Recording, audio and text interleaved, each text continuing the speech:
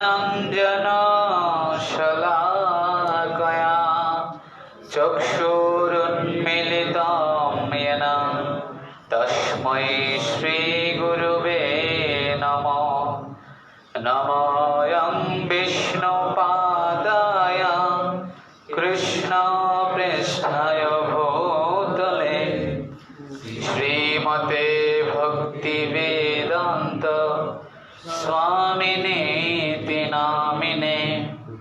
नमस्ते सरस्वती देवी गौरवाणी प्रचारिणे निर्विशेष शून्यवादी पाश्चात्यदेशतारिणे। नमो महावदन्नाय कृष्ण प्रेम प्रदायते कृष्णाय कृष्ण चैतन्य नाम्ने गौरतिष्ठे नमो। पंचतत्त्वात्मकं कृष्ण भक्त रूप स्वरूपकं भक्तवतारं भक्तख्यं नमामि भक्तशक्तिकं। नित्यानंद नमस्तुभ्यं प्रेमानंद प्रदायिने कलो कल्मषनाशाय जाह्नवे पते नमो नमः। लीलाचल निवासाय नित्याय परमात्मने बलभद्रा सुभद्राभ्यां जगन्नाथाय ते नमो। हे कृष्णा करुणा सिंधु दीनबंधु जगत्पते गोपेश गोपिका कांत राधाकांत नमोस्तुते। तप्त कांचन गौरांगे राधे वृंदावनेश्वरी वृषभानुसुते देवी प्रणमामि हरिप्रिये। वाञ्छाकल्पतरुभ्यश्च कृपासिन्धुभ्य एव च पतितानां पावनेभ्यो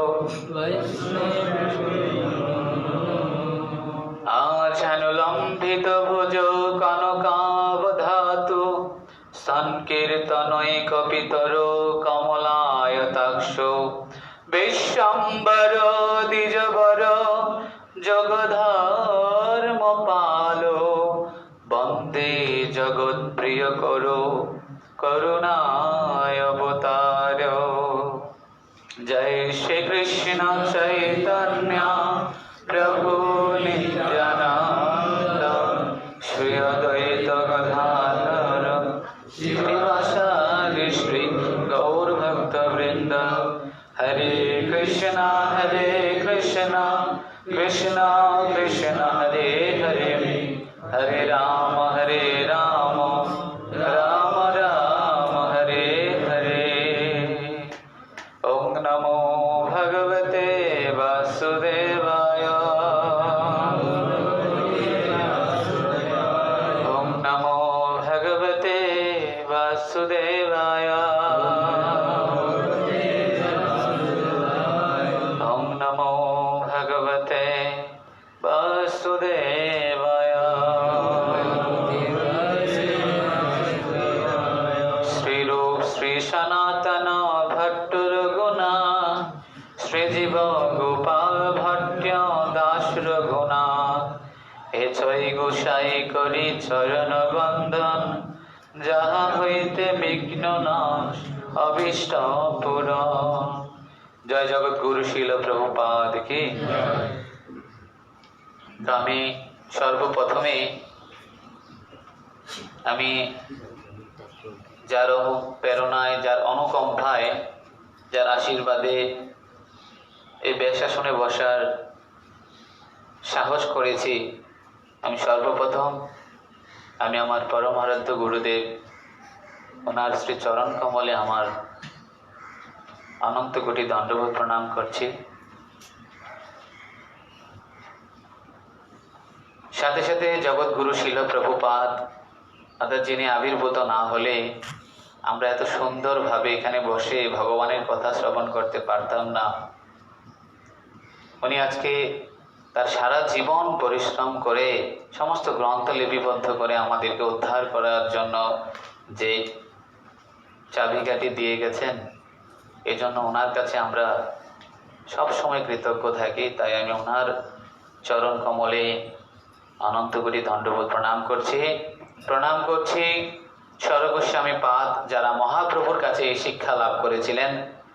মহাপ্রভুর কাছে তারা যেই মন মানসিকতা নিয়ে, যেই চিন্তাধারা নিয়ে এই শিক্ষা লাভ করেছিলেন, আমরাও যাতে এই একই মন মানসিকতা এবং একই ধরনের চেতনা নিয়ে এই বৈষ্ণবদের 26টি গুণ যাতে আমরা হৃদয়ে ধারণ করতে পারি, তাই ওনাদের কাছে প্রার্থনা করছি কলিযুগ পাবন অবতার শ্রী চৈতন্য মহাপ্রভুর শ্রী চরণ কমলে যাতে করে ওনার প্রদত্ত যেই শিক্ষা সেটা আমরা হৃদয়ে ধারণ করে ওনার প্রতি আমাদের অগাধ ভক্তি শ্রদ্ধা জাগরিত হয়। তাই ওনার কাছে আমরা শত সহস্র দণ্ডবোধ প্রণাম নিবেদন করছি এবং সাথে সাথে দণ্ডবোধ নিবেদন করছি শ্রী শ্রী রাধা মাধব অষ্টসখী বৃন্দ, যাতে করে ওনাদের অশেষ আশীর্বাদে আমাদের এই খুব সম্পন্ন হয়। এবং সর্বোপরি আপনারা যারা এখানে বসে আছেন সমস্ত ভক্তবৃন্দের চরণ কমলে আমার অনন্ত কোটি দণ্ডবোধ প্রণাম। আপনারা আমাকে আশীর্বাদ করবেন যাতে করে আমি আপনাদেরকে ভগবানের এই কথাগুলো যাতে অ্যাজ ইট ইজ ভাবে বলতে পারি, এই জন্য সকলের কাছে আমার প্রণাম। হরে কৃষ্ণ।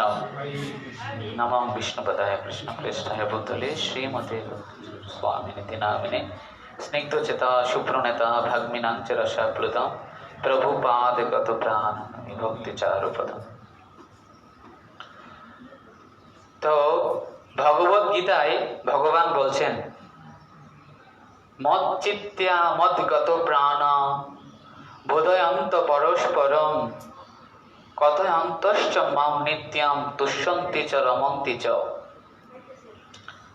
বলছে আমার ভক্তরা যারা আমার প্রতি তাদের চিত্তকে অর্পণ করেছে, তাদের মন প্রাণ আমাকে দিয়েছে, যে সমস্ত ভক্তরা তারা কি করে, তাদের একটাই খাবার কি, তারা কৃষ্ণ কথা খায়। তারা ভগবানের কথাগুলো শুনে আনন্দিত হয় আর কি করে, এই ভগবানের কথাগুলো শুনে তার নিজের জীবনে সেগুলো প্রয়োগ করে এবং কি করে, বোধয়ন্ত পরস্পরম, তারা গিয়ে কি করে অন্য সকল ভক্তদের মাঝে আমার কথায় চর্চা করে। কার কথা চর্চা করে? তাই আমরা কি করি, আমাদের যে পাড়া প্রতিবেশী তারা একসাথে বসলে আমরা কি করি, সব দিবস রজনী আবলো তাবলো পচালো পারিতে পারো, আমরা কি করি সারা দিন রাত শুধু কি করি, হ্যাঁ, এর কথা এর নিন্দা এইগুলো করে বেড়ায়। এগুলো করে বেড়ায় না, এইগুলোই করি। এই জন্য বলছে তাহারও ভিতরে কখনো কেন কি গোবিন্দ বলিতেন আরো, এর মধ্যে কি গোবিন্দের কথা আলোচনা করতে পারো না? গোবিন্দের কথা আলোচনা করতে পারো, কিন্তু আমরা সেটা করি না। এই জন্য বলছে যারা আমার ভক্ত হয়েছে তারা কি করবে, তারা শুধু একজন আরেকজনের কাছে যখন মিলিত হবে তারা শুধু আমার কথাই বলবে। এটাই হচ্ছে আমার ভক্তের লক্ষণ। যারা আমার ভক্ত তারা কি করে, একজন আরেকজনের সাথে মিললে শুধু আমার কথাই আলোচনা করবে। দেখুন পরীক্ষিত মহারাজ, উনি শুনেছে উনি কয়দিন বেঁচে থাকবে, 7 দিন। 7 দিন বেঁচে থাকবে, ওনার অভিশাপ, শৃঙ্গি ঋষি ওনাকে অভিশাপ দিয়েছে যে আপনি 7 দিন বেঁচে থাকবেন। আর এই 7 দিনের কথা শুনে তিনি কি করলেন, তিনি ঘর থেকে বেরিয়ে গেলেন। তার রাজ্য সবকিছু তার ছেলেকে অর্পণ করে দিয়ে তিনি ঘর থেকে বেরিয়ে গেলেন। আর বেরিয়ে কি করলেন, তিনি খুঁজতে লাগলেন, বিভিন্ন মনি ঋষি সাধু মহাত্মাদের খুঁজতেছেন কার কাছ থেকে তিনি তার এই সদ্গতির পথ তিনি পাবেন। তিনি বিভিন্ন মহাত্মাদের কাছে জিজ্ঞাসা করছে, আমি মৃত্যু পথযাত্রী, আমার কাছে কয়দিন সময়? আমার কাছে 7 দিন সময় আছে। আর এই 7 দিনে আমি কিভাবে ভগবানকে লাভ করবো আপনারা বলুন? 7 দিনে আমি কিভাবে ভগবানকে লাভ করবো বলুন? তখন কিছু কিছু ভক্তরা বলছে, কিছু কিছু মহাত্মাগণ বলছে, মহারাজ আপনার কাছে অনেক ধন আছে, আপনি কি করুন, দান করুন। বলছে, না, দান করলে তো পুণ্য হয়, আর পুণ্য করলে স্বর্গে যাওয়া যায়, আর আমি তো স্বর্গে যেতে চাই না। স্বর্গে গেলে আবার ক্ষীণে পুণ্যে মত্ত লোকম বিশন্তি, আবার এই জগতে আসতে হবে, আমি স্বর্গে যেতে চাই না। অনেক ভক্তরা বলছে, মহারাজ আপনি বিভিন্ন তীর্থে তীর্থে স্নান করুন। বলছে, না না, এতে করেও তো পরম সিদ্ধি লাভ হয় না। আর ঠিক সেই মুহূর্তে তিনি বৈরাগ্য চূড়ামণি বৈষ্ণব শ্রেষ্ঠ সুখদেব গোস্বামীর দেখা পায়। আর সুখদেব গোস্বামী বলে, তুমি কি করো? গায়ত্রী বিষ্ণু জ্ঞাতা, তুমি ভগবান কৃষ্ণের লীলা সমন্বিত শ্রীমৎ ভাগবত কথা শ্রবণ করো। আর যদি তুমি শ্রীমৎ ভাগবত কথা শ্রবণ করো, শ্রবণ করার ফলে অবশ্যই আপনি কোথায় দেহত্যাগ 7 দিনের মধ্যে আপনি ভগবত ধাম প্রাপ্ত হতে পারবেন, শ্রবণ করার ফলে ভগবানের কথা। বুঝতে পারছেন তো? তারপরে পরীক্ষিত মহারাজ বলছে, আচ্ছা আমার কাছে 7 দিন সময় আছে, 7 দিন কি ভগবানের কথা শ্রবণ করে ভগবানকে পাইতে পারবো? বলছে, তখনই পরীক্ষিত মহারাজ বলছে, আরে একটা রাজা ছিল, নাম খটাঙ্গ মহারাজ। খটাঙ্গ তিনি ভগবান রামচন্দ্রের পরম্পরায় একজন রাজা ছিলেন। তিনি এত পরাক্রমশালী রাজা ছিলেন, দেবতারা যখন বিপদে পড়ত, এই দেবতাদের সহায়তা করার জন্য এই খটাঙ্গ মহারাজ যেতেন, আর তিনি যুদ্ধ করে দেবতাদেরকে জয় করতেন, অসুরদের সাথে যুদ্ধ করতেন। তিনি এত পরাক্রমশালী রাজা ছিলেন সেই খটাঙ্গ মহারাজ। বলছে, এই খটাঙ্গ মহারাজ একদিন ইন্দ্রকে জিজ্ঞাসা করছে, কি যে ইন্দ্র এসে খটাঙ্গ মহারাজকে বলছে, আপনি তো আমাদের অনেক সহায়তা করেছেন, বলুন আপনি কি চান, আপনি যা চাবেন আমি তাই দিব। ইন্দ্র বলতেছে, কাকে বলতেছে? খটাঙ্গ মহারাজকে। মনোযোগ সহকারে শুনবেন, তাহলে অনেক কিছু জানতে পারবেন। খটাঙ্গ মহারাজ বলছে, আমি তো এখন বৃদ্ধ হয়ে গেছি, আর বৃদ্ধ হলে ভোগ করার বাসনা থাকে না কারো। যদি কেউ বৃদ্ধ হয়ে যায়, তার ভোগ করার কারো বাসনা থাকে না, তখন সে কি চায়? মুক্তি চায়। কখন আমি মুক্তি লাভ করব সেটা চায়। আর তিনি ইন্দ্রকে বলছে যে, এই দেবরাজ, আমি আপনার কাছে কিছু চাই না, আমি কি চাই? আপনি কৃপা করে আমাকে মুক্তি প্রদান করে দিন। তখন ইন্দ্রদেব বলছেন, ইন্দ্র কি বলছেন যে, আমি আপনাকে কিভাবে মুক্তি দান করতে পারি? আমি যে নিজে মুক্তি পাবো সেটার কোনো গ্যারান্টি নেই। ইন্দ্র বলতেছে, আমি যে মুক্তি পাবো কিনা সেটাও আমি জানি না। আমি তো ভগবানের কথায়, আমি তার কাজে যুক্ত আছি, তার সেবায় যুক্ত আছি। এখন উনি যদি কৃপা করে আমাকে মুক্তি প্রদান করে, তাহলে আমি মুক্তি পেতে পারি। আমি তোমাকে মুক্তি দিতে পারি না। এই মুক্তি ছাড়া তুমি যা আমার কাছে চাও আমি তাই দিব। তখন খটাঙ্গ মহারাজ বলছে, আমি বিষয়ের দিকে যাব না, আর আমি ভৌতিক জিনিস চাই না, আমি এখন ভগবানকে লাভ করতে চাই। আমি ভগবত ধামে যেতে চাই, যেখানে গেলে আমাকে আর ফিরে আসতে হবে না। তখন খটাঙ্গ মহারাজ বলছেন ইন্দ্রদেবকে, তাহলে তুমি আমাকে বলো আমার মৃত্যু কবে? বলছে, আপনি 2 ঘড়ি, আপনি মাত্র 2 ঘন্টা বেঁচে আছেন। কয় ঘন্টা? মাত্র 2 ঘন্টা আপনি বেঁচে আছেন। এখন আপনি কি করবেন বলুন? বলছে, আমাকে 1 ঘন্টার মধ্যে আমাকে পৃথিবীতে পাঠিয়ে দিতে পারবে? বলছে, হ্যাঁ। তখন 1 ঘন্টার মধ্যে পৃথিবীতে পৌঁছে দিয়েছে, আর বাকি 1 ঘন্টা তিনি সাধু গুরু বৈষ্ণবের কাছে ভগবানের লীলা কথা শ্রবণ করেছেন। আর পরবর্তী 1 ঘন্টা যে ভগবানের কথা শ্রবণ করার ফলে তিনি কোথায় চলে গেছেন? ভগবত ধামে চলে গেছেন।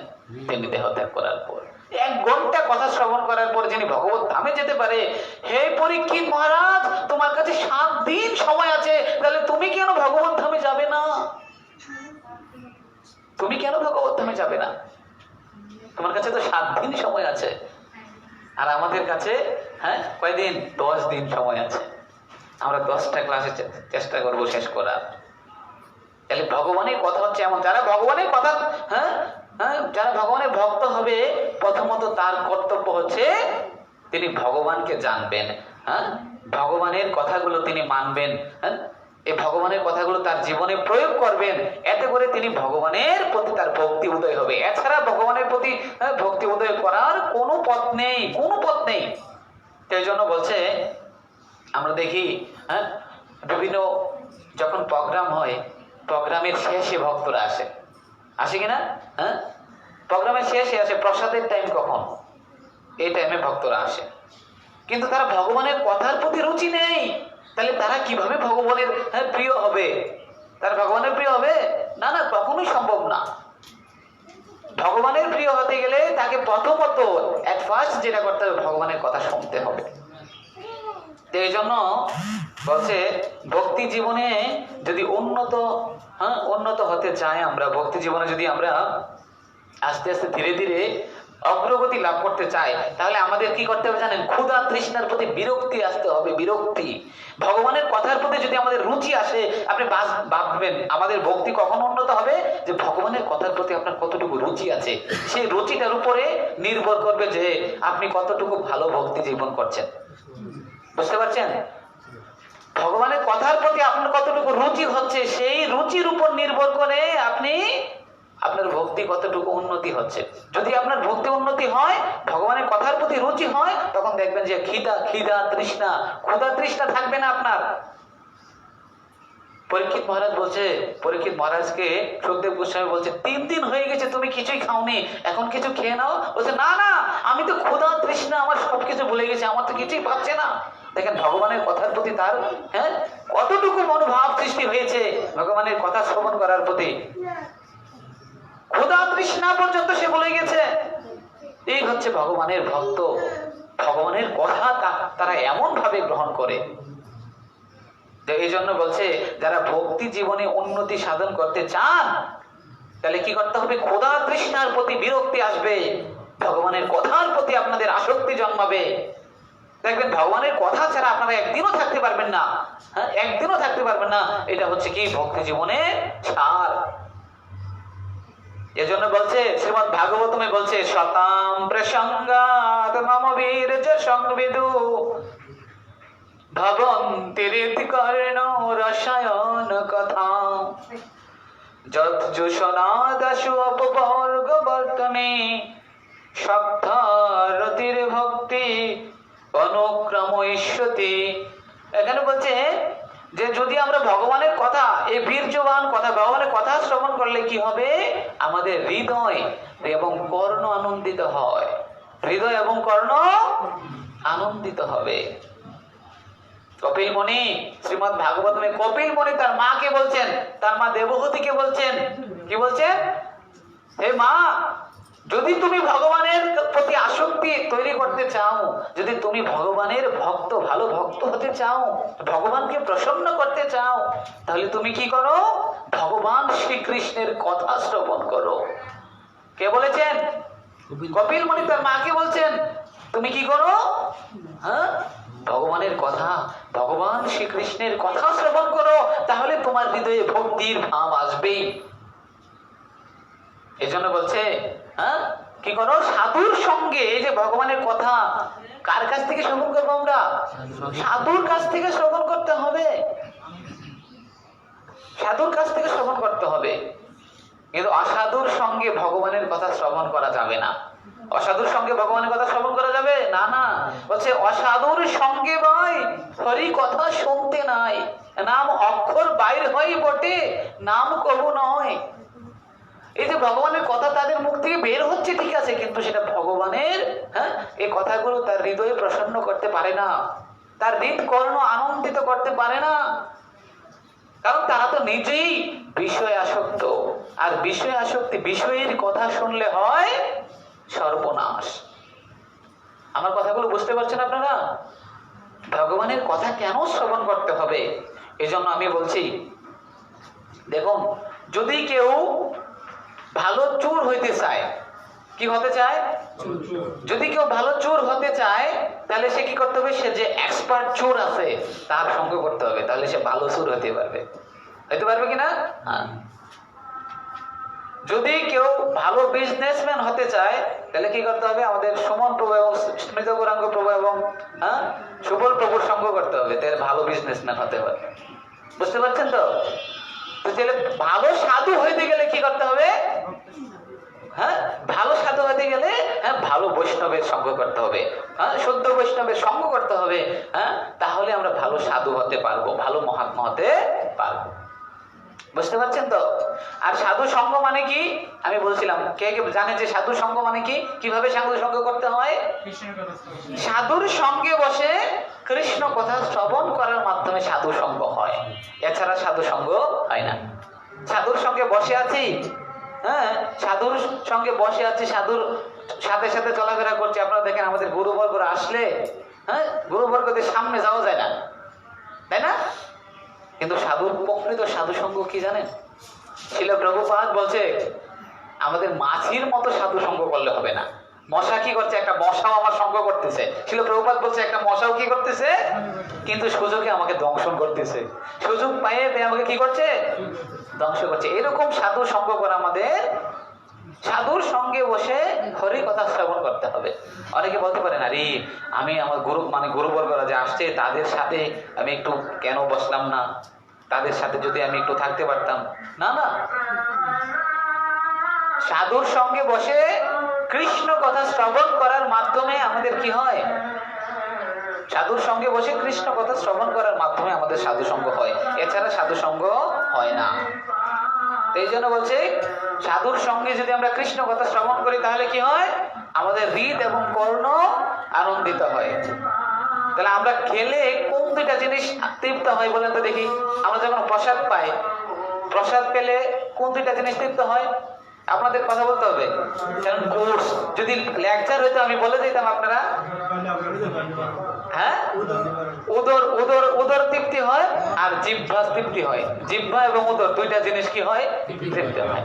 দেখেন যদি আমরা প্রসাদ পাই দুইটা ইন্দ্রিয় সন্তুষ্ট থাকে, বুঝতে পারছেন? দুইটা জিনিস খুব খুশি হয়। আর তাহলে হৃদয় এবং কর্ণ এই দুইটা জিনিস কিভাবে সন্তুষ্ট হবে?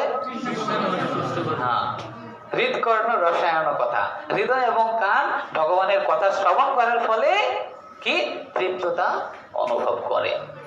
দেখেন আমরা হৃদয়কে আনন্দ দেওয়ার জন্য এই সমস্ত কিছু প্রয়াস।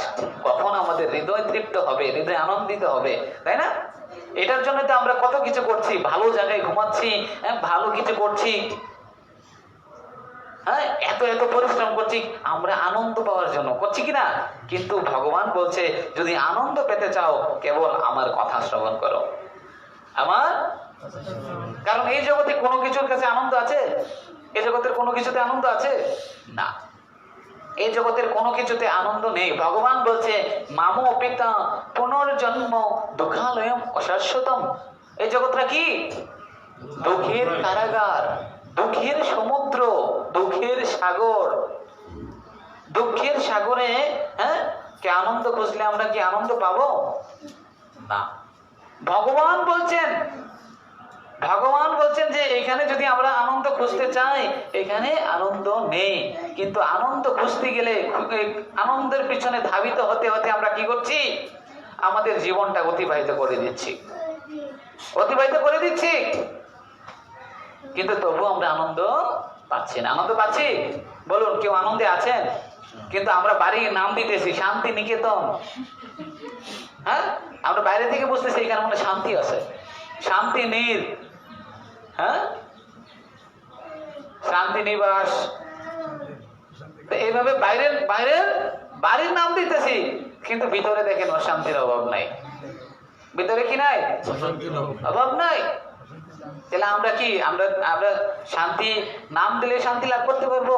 ভগবান বলছেন এটা অশান্তির জায়গা, আর আমরা শান্তি যতই নাম দেই শান্তি লাভ করতে পারবো না। সেজন্য শান্তি লাভ করতে গেলে ভগবানের কাছে আসতে হবে, কারণ ভগবানের কাছে আনন্দ শান্তি সবকিছু রয়েছেন। দেখুন আমরা ভগবানের কথা শুনতে চাই না। ভগবান বলছে যে আমার কথা শ্রবণ করে আমি তার কাছে নিজেকে উৎসর্গ করে দেই, কিন্তু তথাপিও ভগবানের কথা শ্রবণ করার প্রতি আমাদের আসক্তি নেই। আরে আপনারা বায়ু কিনে খেতে পারবেন? ভগবান তো বায়ু দিচ্ছে নাকি?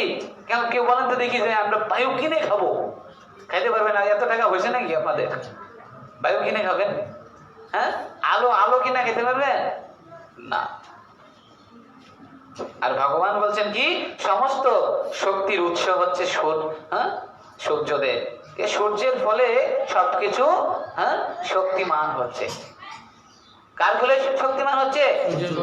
এজন্য ব্রহ্ম সংহিতায় বলছে, যচ্চক্ষুর ঈশ্বর সবিতা সকল গ্রহণাম রাজা সমস্ত সুরমূর্তি অশেষ তেজ যৎসংজ্ঞা ভ্রমতি সংবৃত্ত কালচক্র গোবিন্দ মাধু পুরুষম তমহম ভজামি।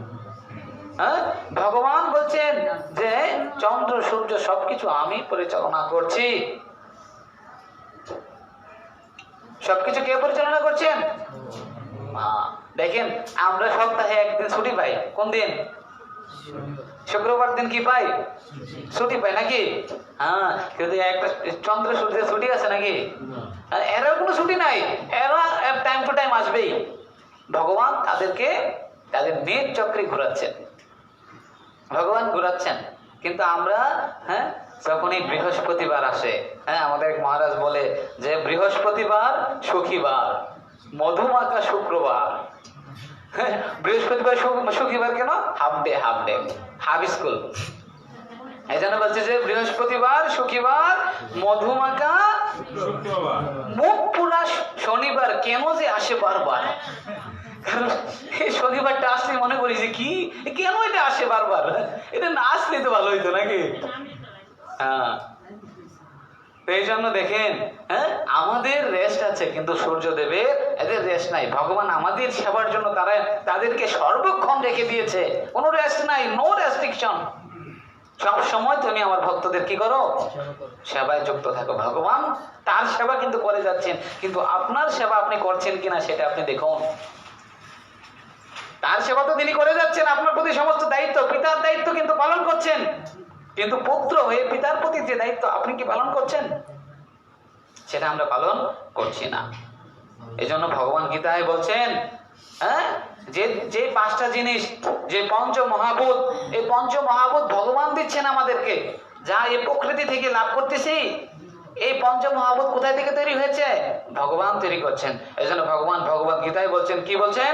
যে ভূমি অপ অনল বায়ু খং মনোবুদ্ধির এই বচ অহংকার ইতি অহম মে ভিন্ন প্রকৃতি রাষ্ট্রদা। এই যে এই প্রকৃতির সমস্ত কিছু কোথায় থেকে সৃষ্টি হচ্ছে? টিউবওয়েলে চাপ দিচ্ছেন, পানি পাচ্ছেন, ফল পেরে খেতে পাচ্ছেন, সবকিছু ভগবান বলছেন সবকিছু আমি ব্যবহার করছি, আমি তোমাদেরকে সবকিছু ব্যবস্থা করে দিচ্ছি। শুধু তাই না, এখানে বলছে এতাতে জনিনি ভূতানি সর্বাণি ইতি উপধায়। বলছে আমি তোমাদের সবকিছু দিচ্ছি, তাই তুমি আমার ভক্তি করতে বাধ্য। বুঝতে পারছেন তো?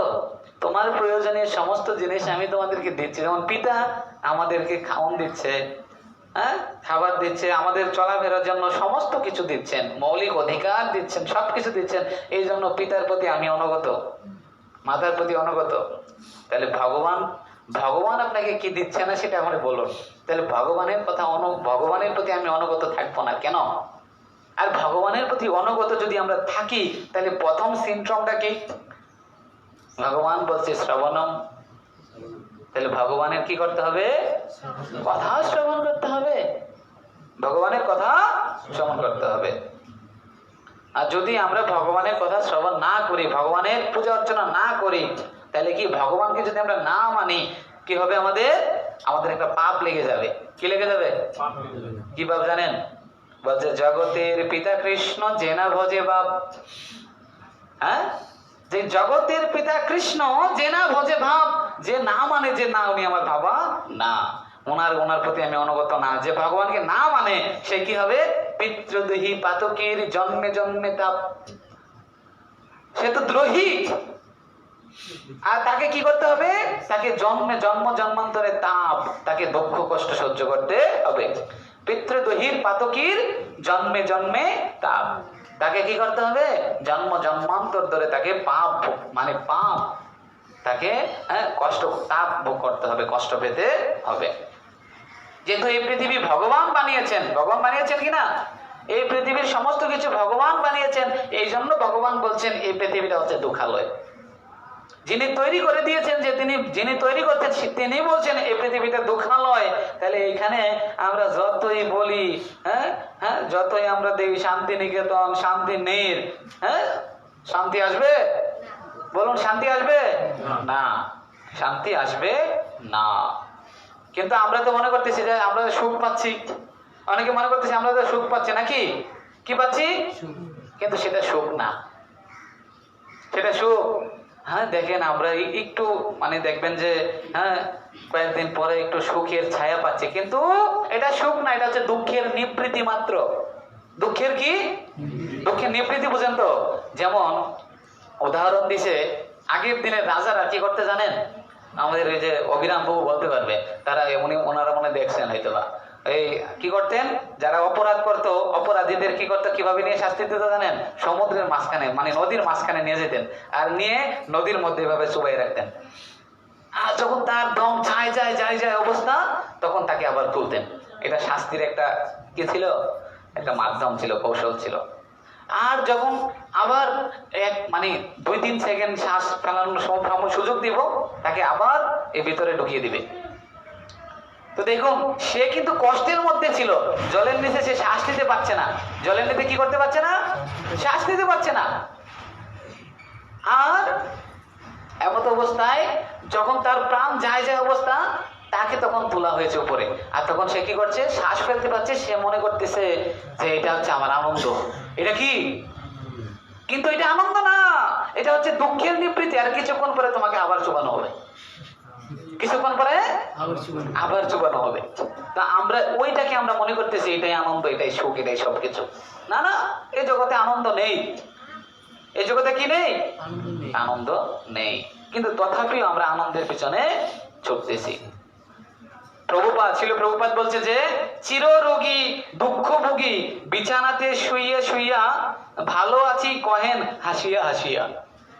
যে একদম রোগী, একদম বিছানায় পড়ে আছে, সে যায় অবস্থা, বুঝতে পারছেন? সে মৃত্যুবরণ করব অবস্থা। কিন্তু জিজ্ঞাসা করেন যে ভালো আছেন?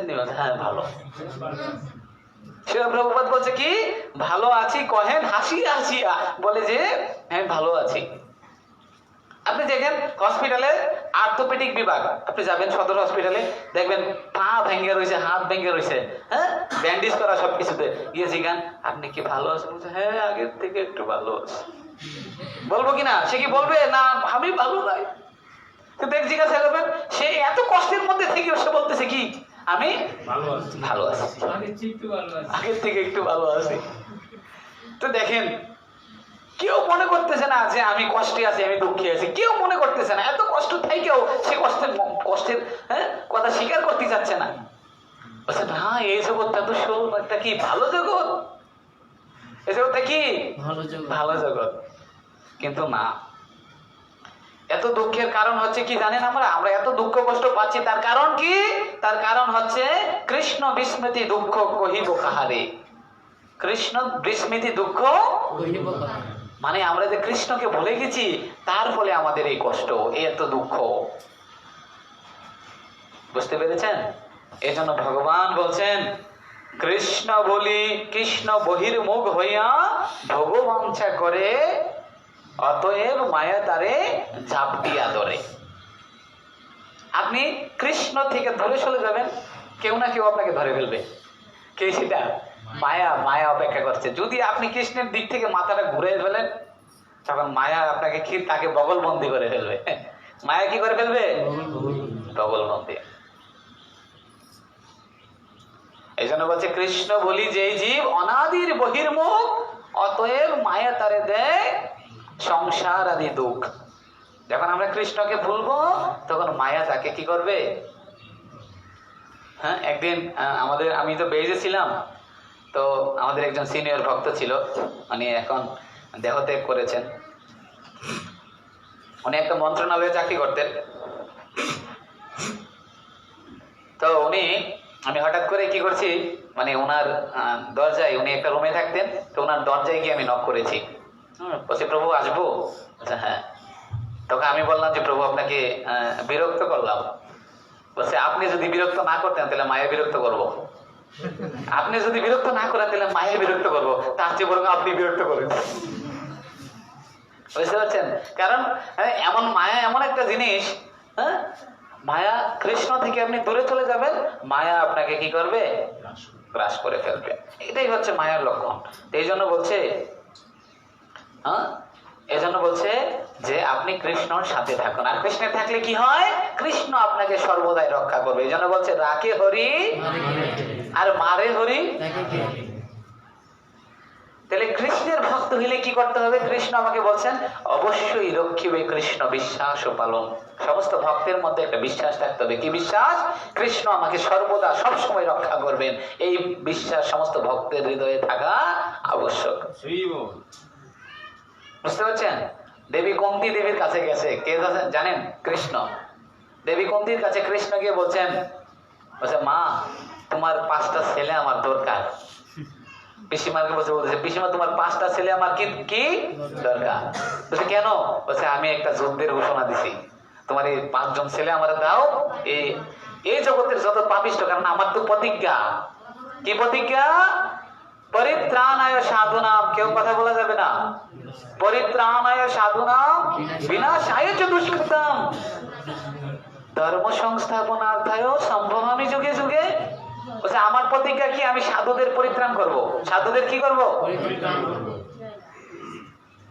তাহলে সাধুদের যদি পরিত্রাণ করতে চাই এবং দুষ্কৃতিকারীদের দমন করতে চাই, তাহলে আমার কি করতে হবে? তোমার 5টা ছেলে দাও, এই 5টা ছেলে দিয়ে আমি করব।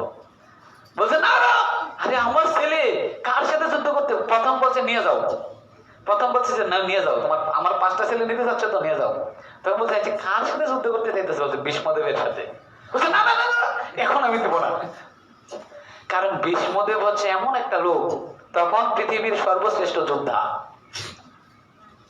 কেউ যদি ভীষ্মদেবের নাম শুনতো পালাই যেত।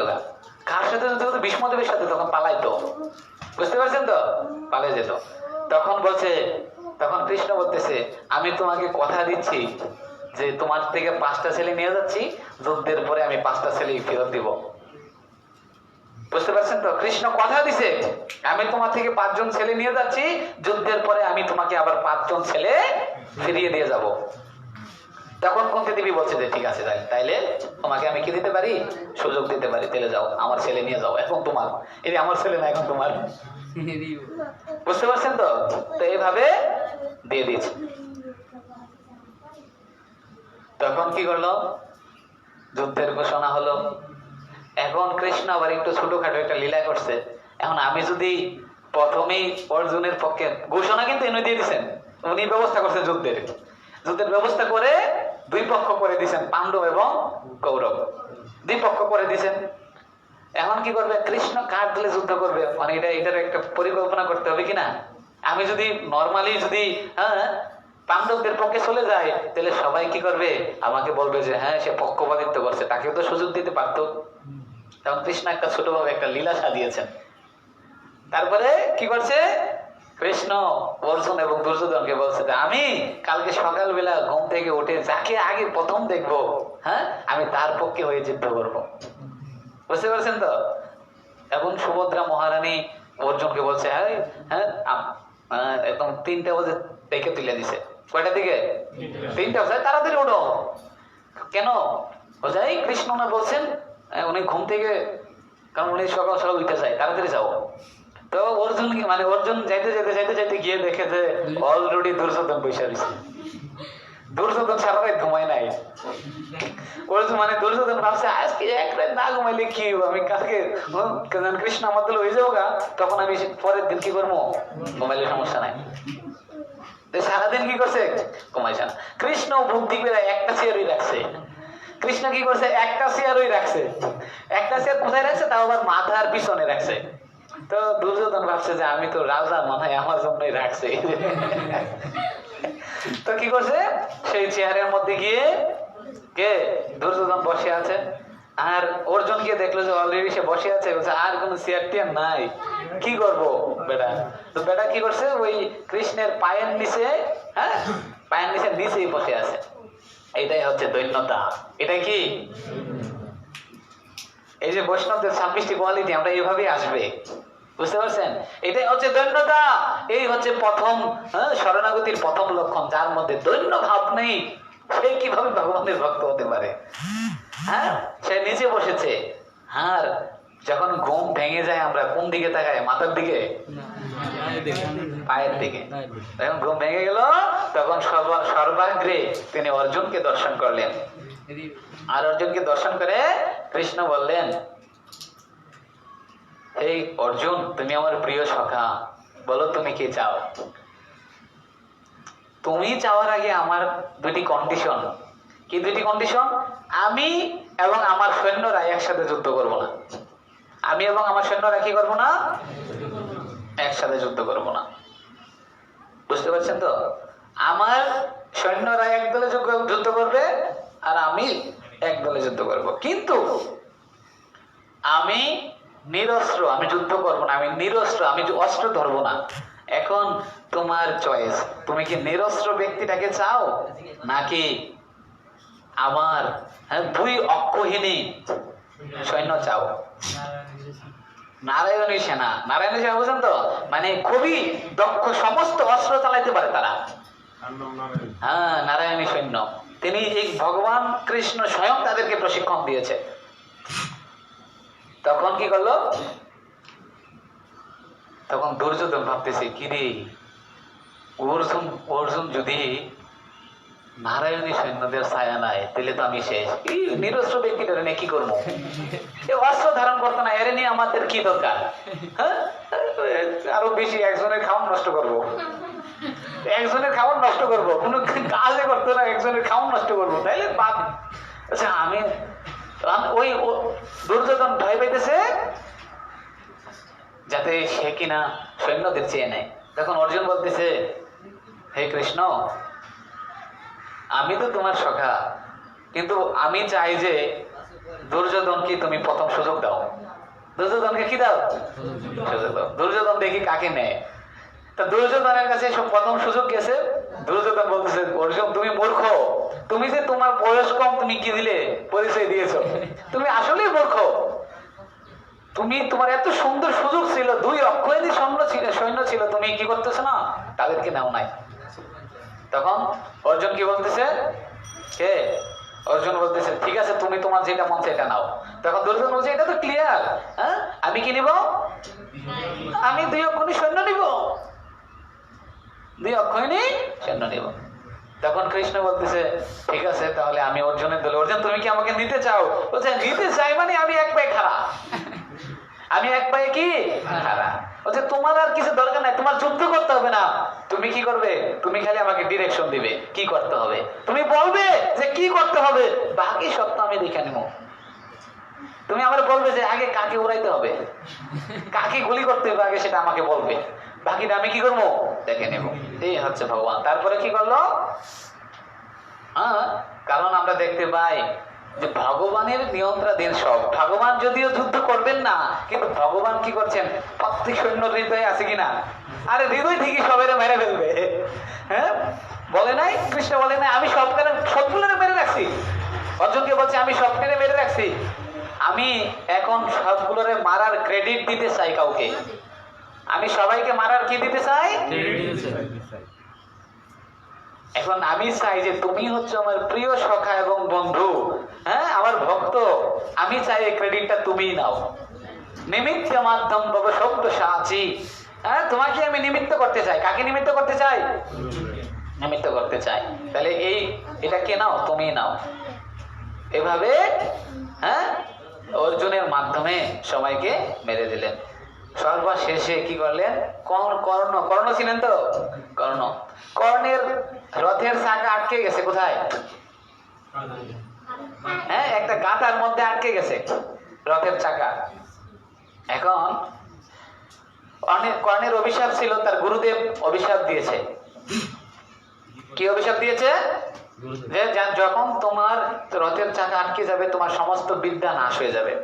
দেখেন, আমরা গুরুদেবের এখান থেকে আমরা একটা সুন্দর শিক্ষা পাই। তার গুরুদেব কে ছিল? কর্ণের গুরুদেব পরশুরাম। গুরুদেবের থেকে যখন আমরা শিক্ষা গ্রহণ করি, শিক্ষা শেষ করে ফেলছি, কিন্তু গুরুদেবকে যদি আমরা সন্তুষ্ট না করতে পারি, গুরুদেবকে যদি আমরা কৃতার্থ না করতে পারি তাহলে আমাদের এই শিক্ষা আমাদের থাকবে না বেশিক্ষণ। বুঝতে পারছেন? এটা তার প্রমাণ, এটা হচ্ছে তার প্রমাণ। দেখেন এতে করে কি হলো, হ্যাঁ, তার বিপদের সময় তার বিদ্যা তাকে সঙ্গ দিচ্ছে না, কারণ গুরুদেব তার প্রতি প্রসন্ন ছিল না। গুরুদেব প্রসন্ন ছিল না, এই জন্য গুরুদেবের প্রতি প্রসন্ন, গুরুদেব যাতে আমাদের প্রতি সকলের প্রতি কি থাকে, প্রসন্ন থাকে, হ্যাঁ, এতে করে আমাদের সর্বোচ্চ প্রয়াস করে যেতে হবে। যদি গুরুদেব প্রসন্ন থাকে তাহলে আমাদের যে বিদ্যা সেটা সাফল্য মণ্ডিত হবে, সব সময় আমাদের সাথে থাকবে। নাহলে দেখবেন, হ্যাঁ, আপনি এমন একটা শ্লোক খুব ভালোভাবে মুখস্থ করছেন, খুব ভালোভাবে জানেন, কিন্তু ওই টাইমে আপনার মাথায় নাই আছে, আপনি দেখবেন ওই টাইমে মাথায় নাই। কিন্তু অনেক সময় কি হয়, আপনি পাঠে বসছেন, যে শ্লোকটা আপনি ৬-৭ বছর আগে মনে পড়ছিলেন, ওই শ্লোকটা মুখে বেরিয়ে যাচ্ছে, মুখে বেরিয়ে যাচ্ছে। কারণ কি? হ্যাঁ, গুরুদেবের কৃপা। এই জন্য বলছে মোকম করো দিবা চালাম পঙ্কুলম গায়েতি গিরিম।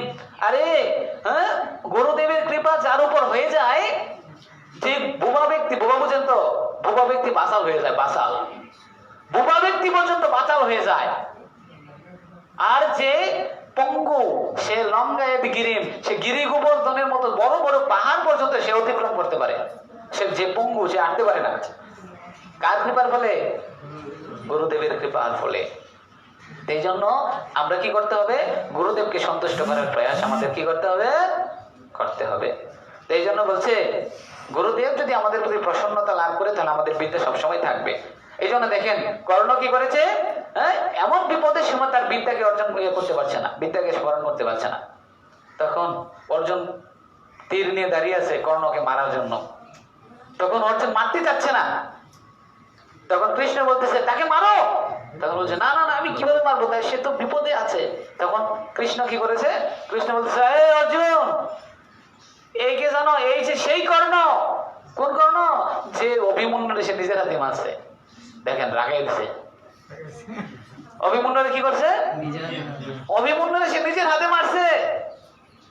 আর অভিমন্যুর কথা যখন স্মরণ করিয়ে দিল, এখন কি বলছে এ ছিল নাকি, হ্যাঁ এ ছিল, এই তো সর্বশেষ প্রহার করছে।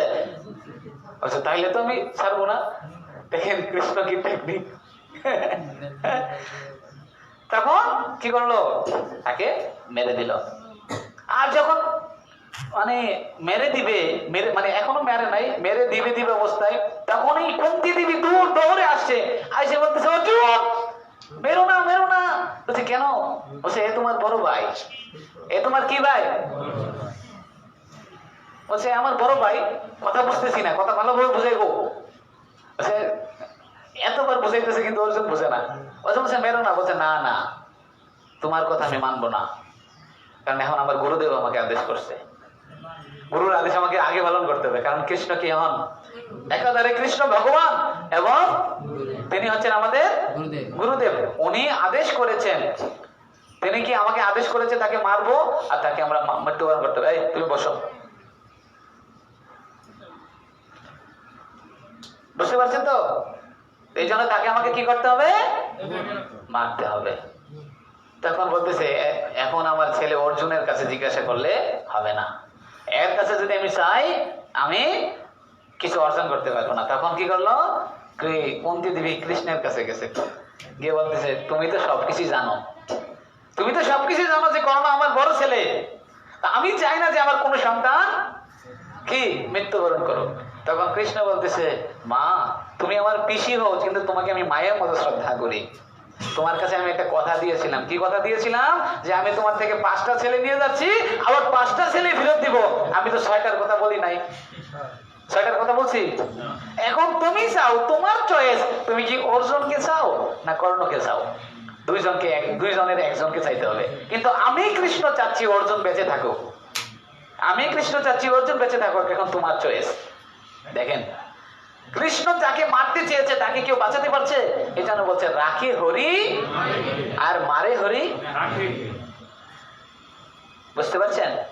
যদি ভগবানকে প্রসন্ন করতে পারি, ভগবান সর্বদাই আমাদের সাথে সাথে থাকবেন। দেখুন প্রমাণ, একই যুদ্ধক্ষেত্রে দুর্যোধন অর্জুন যুদ্ধ করে,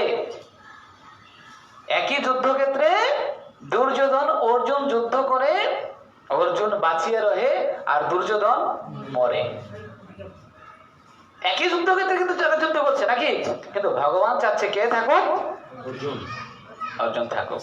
তাহলে এই জন্য আমরা যদি ভগবানকে আমাদের জীবনে ধারণ করতে পারি, ভগবানকে আমাদের জীবনের সাথে অ্যাড করতে পারি, তাহলে ভগবান সর্বদাই আমাদেরকে রক্ষা করে যাবে। সব সময় তিনি সবসময় আমাদের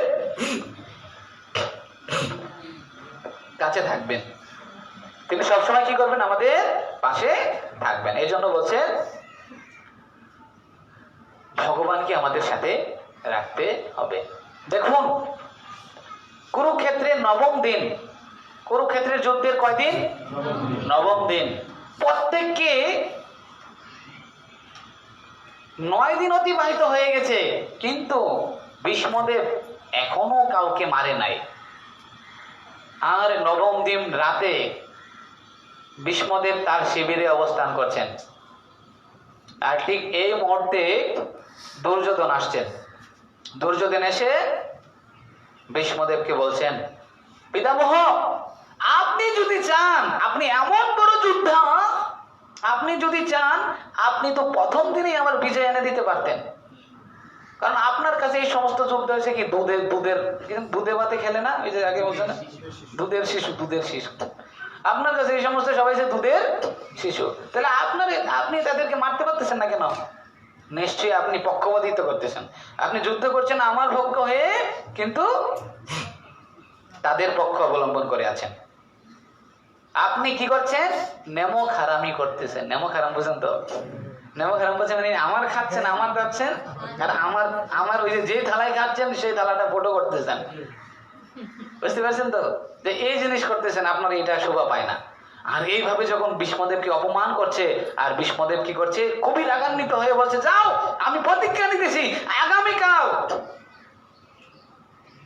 আগামীকাল পঞ্চপাণ্ডবের যে কোনো একজন পাণ্ডবকে আমি মেরে ফেলবো। কি করে ফেলবো? সে তাই। তখন তো দুর্যোধন খুব খুশি। আরে পিতামহ ভীষ্মের প্রতিজ্ঞা মানে কি জানেন? যেভাবে হোক সে পালন করবে, কারণ এই জন্যই তার নাম ভীষ্ম, কারণ সে ভীষণ প্রতিজ্ঞা নিয়েছে বলে তার নাম কি ভীষ্মদেব। আর এই দুর্যোধন যাও, তুমি তোমার পত্নীকে আমার কাছে পাঠিয়ে দিও, আমি তোমার পত্নীকে আশীর্বাদ করে দিব। কি করে দিব? আশীর্বাদ করে দিব। তখন কি করলো দুর্যোধন? চলে গেছে সে খুশিতে, সে কি আর তার পত্নীকে বলবে, তার তো মনেই নাই সবকিছু, বুঝে গেছে? হ্যাঁ, সে তো এত খুশি হয়ে গেছে। তো ওইদিকে রাত 3টা বাজে। কয়টা বাজে? কৃষ্ণ কি করতেছে? কৃষ্ণ গিয়া অর্জুনকে ডাকতেছে, যুধিষ্ঠির মহারাজকে ডাকতেছে, ভীমকে ডাকতেছে, সবাইকে ডেকে তুলছে। ডেকে তোলার পরে অর্জুনকে বলছে, অর্জুন তোমরা ঘুমাচ্ছ, আর এদিকে তোমার পিতামহ ভীষণ এক প্রতিজ্ঞা নিয়েছে। কি নিয়েছে জানো? কি নিয়েছে? বলছে কালকে তোমাদের যে কোনো 5 জনের মধ্যে একজনকে মৃত্যুবরণ করতে হবে। এটা তোমার পিতামহের কি প্রতিজ্ঞা। তখন অর্জুন বলতেছে, তার কম্বলটা সরাইছে, শীতের দিন তো কম্বলটা সরাইছে, সরাই বলতেছে, কৃষ্ণ কেন এত বিরক্ত করতেছো ঘুমের মধ্যে? হ্যাঁ, তোমরা কি বিরক্ত করতেছি? তোমাদের কোনো ভয় নাই? বলছে আমরা তো সবাই তোমার ভক্ত। আমরা সবাই কার ভক্ত? আমরা তোমার ভক্ত। এখন যদি অভক্তের কাছে যদি ভক্তরা পরাজিত হয়, তাহলে আগামী কালকে প্রথম আলোর মধ্যে প্রথম হেডলাইন থাকবে কৃষ্ণের ভক্তের পরাজয়। সেটা আমাদের পরাজয় না। কার পরাজয়? কৃষ্ণের। এটা তোমার পরাজয়। ডিস্টার্ব করে না, আমাদের ঘুমাইতে দাও। তাহলে তারা সবাই ঘুমিয়ে গেছে, এই বলে ঘুমিয়ে গেছে। আর কৃষ্ণ তো বিপদে পড়ছে, এরা সবাই ঘুমাইতেছে, এদের কোনো টেনশন নাই, আমার টেনশন। হ্যাঁ, তখন কৃষ্ণ কি করবো? কথা তো একটা কইছে ঠিকই, কালকে তো সব আমার পরাজয় হয়ে যাবে। হ্যাঁ, তখন দ্রৌপদীকে ডাইকা তুলতেছে, দ্রৌপদী উঠো উঠো উঠো। বলছে কেন? বলছে চলো তোমার নিয়ে একটা জায়গায় ছাড়বো, তোমার নিয়ে এক জায়গায় যেতে হবে, চলো। তখন দ্রৌপদীকে উঠিয়ে কি করলো? পিতামহ ভীষ্মের শিবিরে নিয়ে গেল। পিতামহ ভীষ্মের দেবের শিবিরের বাইরে দাঁড়িয়ে আছে, তাই বলছে তুমি যাও পিতামহের ভীষ্মের শিবিরে গিয়ে ঢুকো, আর ঢুকে কি করো পিতামহকে একটা প্রণাম করে চলে এসো। যে এই প্রণাম তো আমি কালকে সকালে করতে পারতাম, কেন তুমি এত রাত্রে আমার নিয়ে আসছো ঘুম ডিস্টার্ব করে? বলছে যাও তোমার এখনই করতে হবে। তখন কি করছে, যাইতেছে, বলছে দাঁড়াও দাঁড়াও, তোমার যে চপ্পল গুলো এগুলো আমার দিয়ে যাও। চপ্পল বুঝেন তো, জুতা জুতা, বলছে জুতাগুলো খুলে দিয়ে যাও। আর তোমার যে ঘুমটাটা আছে না, ঘুমটাটা একদম বেশি টাইমটা দেবো, কি করো আরো একদম বড় করে দিয়ে যাও। তখন জুতাগুলো খুলে দিয়ে গেছে আর ঘুমটাটা বড় করে দিছে, দিয়ে কি করছে পিতামহ ভীষ্মের শিবিরে ঢুকছে। আর পিতামহ ভীষ্মের শিবিরে যখন ঢুকছে, পিতামহ ধ্যানস্থ অবস্থায় আছে, বোঝা গেছে, ধ্যানস্থ অবস্থায় আছে। আর গিয়ে প্রণাম করছে। তখন ভীষ্মদেবের মনে হয়েছে কে, আমি তো বলছিলাম কার আসার কথা, দুর্যোধনের স্ত্রীর আসার কথা, নাকি রাত্রে পেয়ে দিছে না? আর সে আর চোখ খুলছে না, চোখ বন্ধ করেই বলতেছে, হ্যাঁ বলছে সৌভাগ্যবতী ভব, অখণ্ড সৌভাগ্যবতী ভব, কি করো। আর এইভাবে যখন দিছে তখন হ্যাঁ মানে প্রণাম করে ওইটা দ্রৌপদী মহারাজ বলছে ধন্যবাদ পিতামহ। বলছে কি রে, এটা তো দুর্যোধনের পত্নীর আওয়াজ না? তখন চাই দেখে দ্রৌপদী, বলছে তুমি এখানে? তখন বুঝতে পারছি এটা তো তোমার পরিকল্পনা। এটা কার পরিকল্পনা? কৃষ্ণের পরিকল্পনা। তখন কি করছে, শিবির থেকে বাইরেছে, বাইরে দেখে যে কৃষ্ণ কি করতেছে, দ্রৌপদীর দুইটা চপ্পল বগলে লইয়া দিনে হাসতেছে, বুঝতেছেন তো? তখন বলতেছে তোমার এই কাজটা কি হলো? তখন কৃষ্ণ বলতেছে পিতামহ তুমি তো কালকে প্রতিজ্ঞা নিয়েছো, হ্যাঁ দ্রৌপদীর 5 স্বামীর মধ্যে একজন স্বামীকে তুমি বধ করবে, আর আজকে তুমি সেই তাদের স্ত্রীকে তুমি সৌভাগ্যবতীর বর দিয়েছো। এখন বলো, যদি একজন পত্নী মারা যায় তাহলে কি সে সৌভাগ্যবতী থাকবে? এখন তোমার বর পালন করবে নাকি তোমার প্রতিজ্ঞা পালন করবে? বুঝতে পারছেন তো? তাহলে কৃষ্ণের যদি আমরা কৃষ্ণের নিকটে থাকি, কৃষ্ণ যদি আমাদেরকে রক্ষা করে, তাহলে কেউ এমন কেউ নাই আমাদেরকে মারতে পারে, এমন কেউ নাই আমাদেরকে মারতে পারে। এই জন্য বলছে দৈবী হে ঈশা গুণময়ী মম মায়া দূরত্বয়া মাময়ী এব যে প্রবদ্ধন্তে মায়াম এইতাম তরন্তিতে। যদি আমরা ভগবানের কাছে শরণাগত হই, ভগবানের ভক্ত হই, তাহলে মায়া আমাদেরকে কিছু করতে পারবে? হ্যাঁ, একটু আগে আমরা বলছি না যে ভগবান থেকে যখন আমরা অন্যদিকে যাবো কি হবে? মায়া ধরবে। একটু আগে কিন্তু আমরা সেটা বলছি। তারপরে বলছে ভগবান বলছে সর্বধর্মান পরিত্যাজ্য মামেকম শরণং ভজ। এই এখন দেখেন আমরা কখন ভগবানের শরণ নিতে পারবো, যখন আমরা ভগবান সম্পর্কে আগে জানবো। যদি ভগবান সম্পর্কে আমরা না জানি, আর কার শরণাগত নিব সেটা তো আমরা ভালোভাবে বুঝতে হবো কিনা, কার শরণাগতি নেওয়া উচিত আমাদের, তাহলে সেটা আমাদেরকে বুঝতে হবে। তাহলে কার শরণাগতি আমরা নিলে আমাদের কল্যাণ হবে।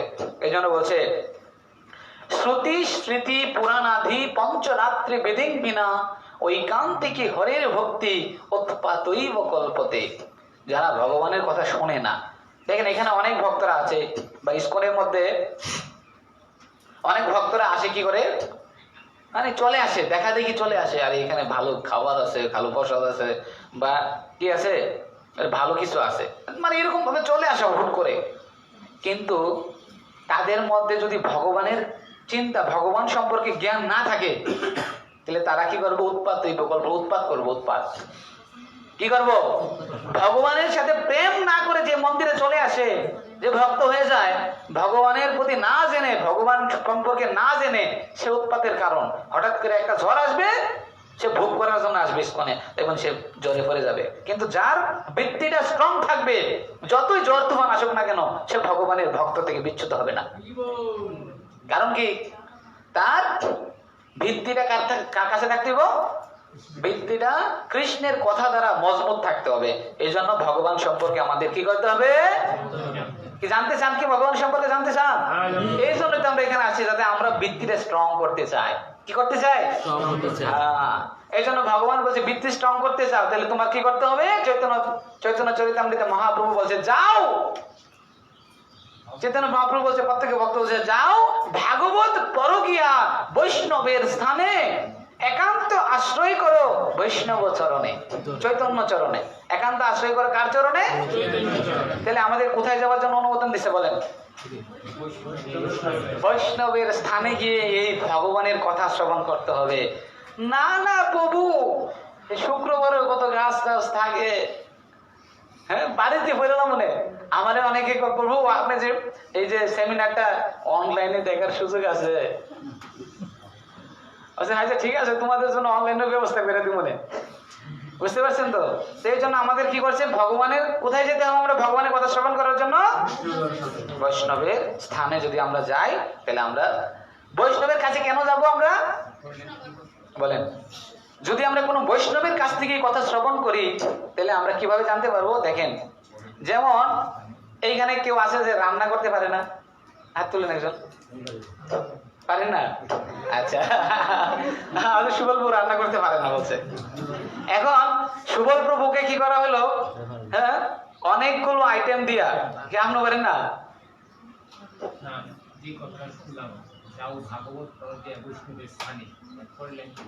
হ্যাঁ, একান্ত আশ্রয় করো চৈতন্য চরণে। তাহলে সুবল প্রভু কি পারে না? রান্না করতে পারে না। তো এখন সুবল প্রভুকে যদি একটা রান্না করে ঢুকাই দেওয়া হলো কিছু সবজি টবজি দিয়া, তাহলে সুবল প্রভু কি করে? উনি কিভাবে রান্না করবো? উনি একটা আবল তাবল রান্না করে রাখবো নাকি, আরে কোনো মতে একটা রান্না করে রাখবো। কিন্তু এই একই সবজি দিয়া যদি এইখানে যে সবচেয়ে ভালো রাঁধুনি আছে তারে যদি পাঠানো হয়, আমাদের শান্তি মাতাজিরা যদি পাঠানো হয়, শান্তি মাতাজি কত ধরনের আইটেম রান্না করে নেবো এই একই সবজি দিয়া। হ্যাঁ, রান্না করে নেবো কিনা? হ্যাঁ। তাহলে দেখেন, তাহলে একই কথা যদি আমরা নিজে জানার প্রয়াস করব, তাহলে আমরা কিন্তু এত জানতে পারবো না, ভালো জানতে পারবো না। আর যখন আমরা কোনো উন্নত ভালো বৈষ্ণবের কাছে জানবো, তখন ওই বৈষ্ণবের অনুভবী জ্ঞান আমরা লাভ করতে পারবো। ওই বৈষ্ণবের উচ্ছিষ্ট পন্থা, উচ্ছিষ্ট জ্ঞান আমরা লাভ করতে পারবো। সেই জ্ঞানটা আরো ফলপ্রসূ হবে। এই জন্য ভগবানের কথা শুনতে হবে কোথায় গিয়ে? কোথায় গিয়ে ভগবানের কথা শুনতে হবে? বৈষ্ণবের স্থানে গিয়ে ভগবানের কথা শুনতে হবে। মহাপ্রভু বলছেন, তাহলে এই বৈষ্ণবের স্থানে গিয়ে যদি ভগবানের কথা শুনি, তাহলে সেই কথাটা আমাদের ফলপ্রসূ হবে। কি হবে? আর আজকে আপনারা যারা এই কোর্স করতে আসছেন, এই ক্লাসের, হ্যাঁ, এই কোর্স করার জন্য কিছু যোগ্যতা দরকার। কি দরকার জানেন? কি যোগ্যতা? প্রথমেই হচ্ছে তাকে গুরু বৈষ্ণবের প্রতি তার গুরু নিষ্ঠা, গুরু বৈষ্ণবের প্রতি তার শ্রদ্ধা থাকতে হবে। কি থাকতে হবে? প্রথম যোগ্যতা কি থাকতে হবে? গুরু বৈষ্ণব শাস্ত্র, এই তিনটা জিনিসের প্রতি তার শ্রদ্ধা থাকতে হবে। কি বুঝতে পারছেন তো? গুরু বৈষ্ণবের প্রতি এবং শাস্ত্রের প্রতি তার কি থাকতে হবে? শ্রদ্ধা থাকতে হবে। 2 নাম্বার হচ্ছে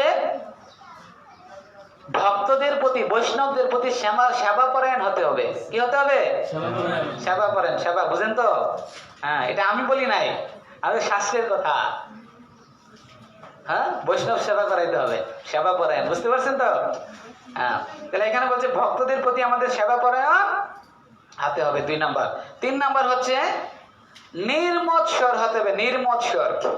নির্মৎসর বুঝেন তো? হ্যাঁ, এখন কথা হচ্ছে মাৎসর্য কথাটার অর্থ কি? মাৎসর্য মানে হিংসা, দেশ।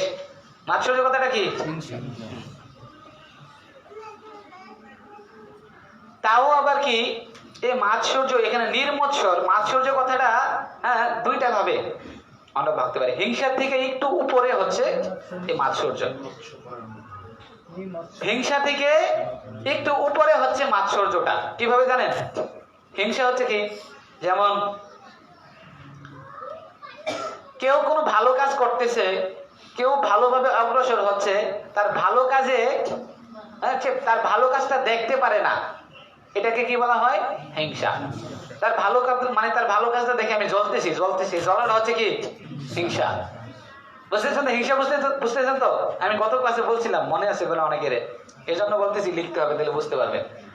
তাহলে হিংসা হচ্ছে কি, কেউ ভালো কাজ করতেছে, তার ভালো কাজটা দেখে আমি জ্বলতেছি, এটা হচ্ছে হিংসা। আর তার ভালো কাজটাকে আমি কি করব?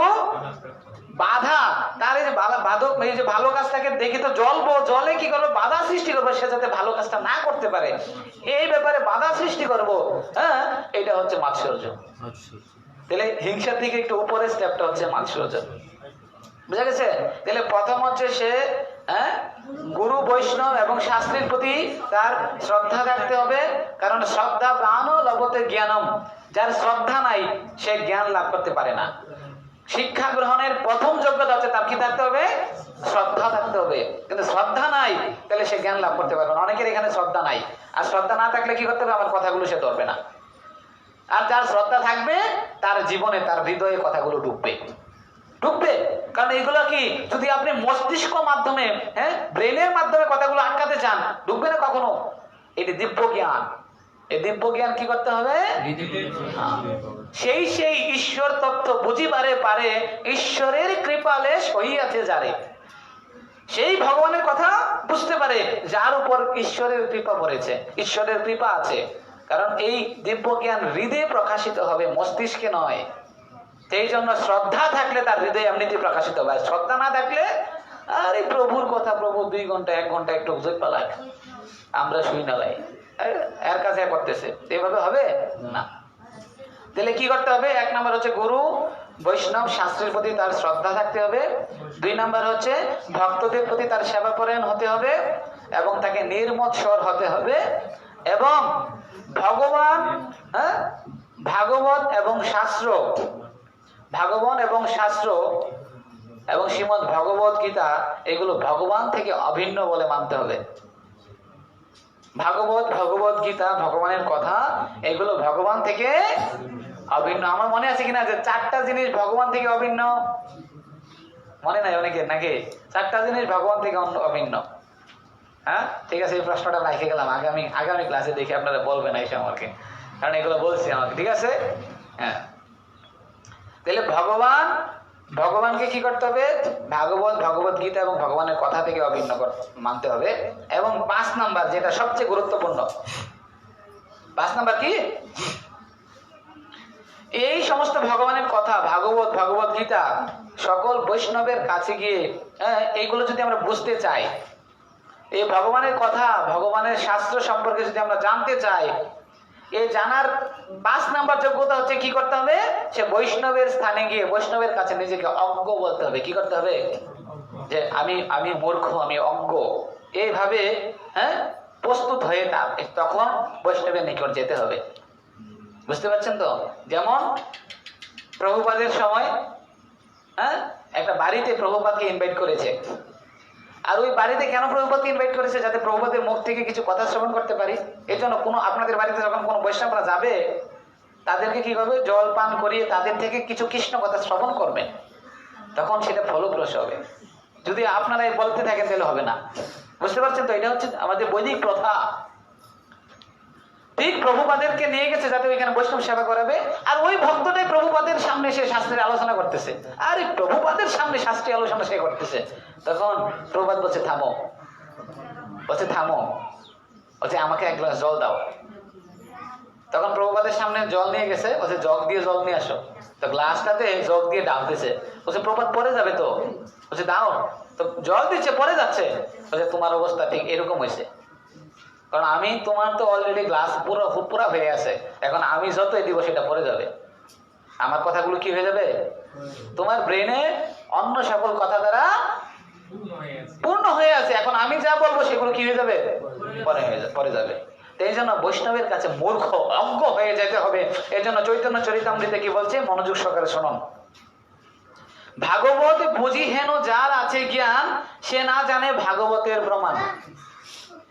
যে মনে করেছে আমি শাস্ত্র সম্পর্কে জানি, আমি ভাগবত সম্পর্কে জানি, আমি ভগবত গীতা সম্পর্কে জানি, এই সমস্ত ভক্তবৃন্দরা, তাদের কাছে ভগবানের যে জ্ঞান সেগুলো নাই। ভগবান বলছে তাদের কাছে 0। যে মনে করে যে ভগবানের কাছে এরকম কথা, সে জানে যে আমি সম্পূর্ণ কিছু জানি, সে কিছুই জানে না। এখানে বলছে ভাগবত বুঝি হেন যার আছে জ্ঞান, সে না জানে ভাগবতের প্রমাণ। সে ভগবানের সিদ্ধান্ত সে জানে না। এই জন্য আরো বলছে অজ্ঞ হয়ে, অজ্ঞ বুঝেন তো? অজ্ঞ হয়ে যে লয় শ্রীমদ ভাগবতের শরণ, ভাগবতের অর্থ তার হয় দর্শন। বুঝতে পারছেন তো? অজ্ঞ হয়ে যে লয় শ্রীমদ ভাগবতের শরণ, ভাগবতের অর্থ তার হয় দর্শন। যে বলে যে ভাগবত হে ভগবানের কথা, এবং যে ভগবানের গীতার কাছে গিয়ে বলে যে আমার তো তোমার কথা বোঝার মতো সামর্থ্য নেই, তুমি যদি কৃপা করে আমাকে বোঝাও, এভাবে অজ্ঞ হয়ে যেতে হবে, তখন এই ভাগবতের অর্থ তার হৃদয়ঙ্গম হবে। আর এছাড়া হৃদয়ঙ্গম হবে না, এছাড়া হৃদয়ঙ্গম হবে না। এই জন্য বলছে যাও বৈষ্ণবের ভাগবত পড়ো গিয়া বৈষ্ণবের স্থানে একান্ত আশ্রয় করো। কার চরণে? চৈতন্য চরণে। বুঝতে পারছেন তো? চৈতন্য চরণে আশ্রয় গ্রহণ করলে কিভাবে করতে হবে? এই জন্য বলছে স্বরূপ দামোদর গোস্বামী বলছেন চৈতন্য চরিতামৃতে এই কথাটা। তারপরে চৈতন্য মহাপ্রভু সঙ্গ করলে কি হবে? চৈতন্যের ভক্তগণের নিত্য করো সঙ্গ। কি বলছে? চৈতন্যের ভক্তগণের নিত্য করো সঙ্গ, তবে তো বুঝিবে সিদ্ধান্ত সমুদ্র তরঙ্গ।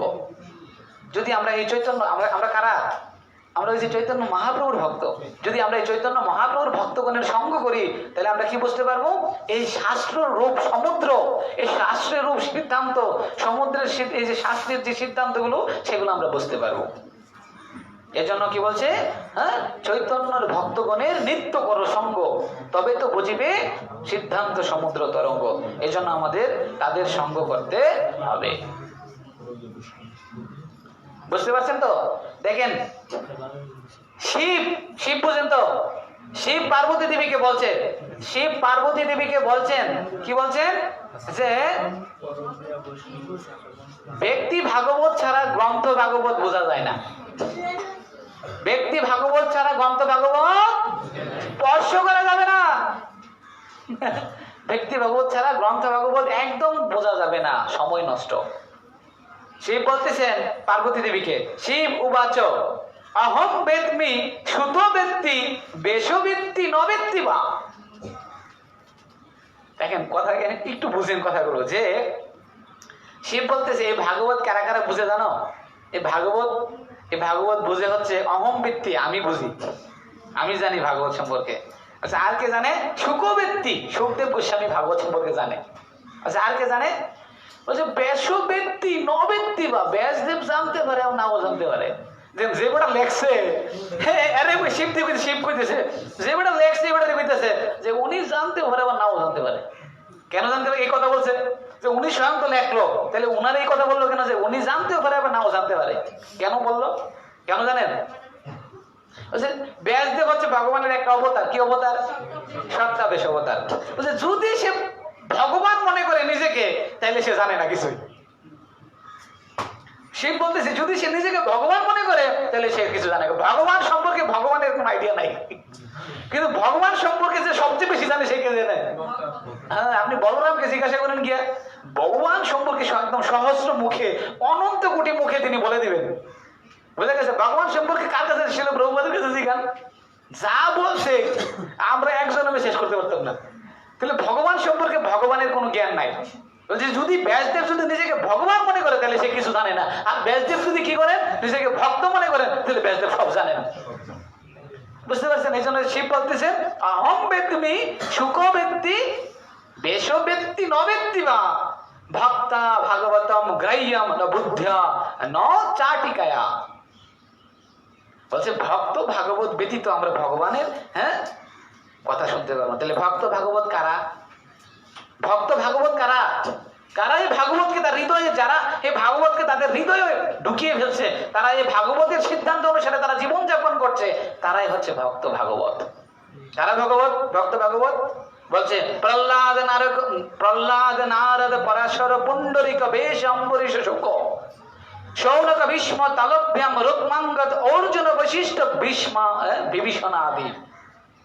দেখেন কয়জনের নাম বলছি? প্রহ্লাদ, নারদ, পরাশর, পুণ্ডরিক, বেশ, অম্বরীশ, সুখদেব, সৌনক, ভীষ্ম, তালব্যাম, রুক্মাঙ্গদ, অর্জুন, বৈশিষ্ট্য, বিভীষণ আদি। এই সমস্ত হচ্ছে কারা? ব্যক্তি ভাগবত। পুণ্যানি তান পরম ভাগবত নামামি। তারা এই ভাগবতের জ্ঞানকে হৃদয়ে ঢুকিয়ে ফেলছে। এই জন্য যদি তাদের পদাঙ্ক অনুসরণ করে আমরা ভাগবতকে বোঝার চেষ্টা করি, তাহলে ভাগবতের জ্ঞান আমাদের হবে দর্শন। বুঝতে পারছেন তো? তাহলে আমাদের কি করতে হবে? তাদের অনুসরণ করতে হবে। বুঝা গেছে? তাদের অনুসরণ করে আমাদের কি করতে হবে? এই ভাগবতকে বোঝার চেষ্টা করতে হবে। আর যদি আমরা ভাগবতকে যদি আমরা তাদেরকে অনুসরণ না করে চেষ্টা করি বুঝবো, তাহলে আমরা ভাগবতের জ্ঞান চেষ্টা করতে পারবো না। এটি চৈতন্য চরিতামৃতের শ্লোক, আমি দিব আপনাদেরকে যদি আপনাদের লাগে। বুঝতে পারছেন তো? এই জন্য ভগবানের কথাগুলো আমরা শ্রবণ করতে হবে।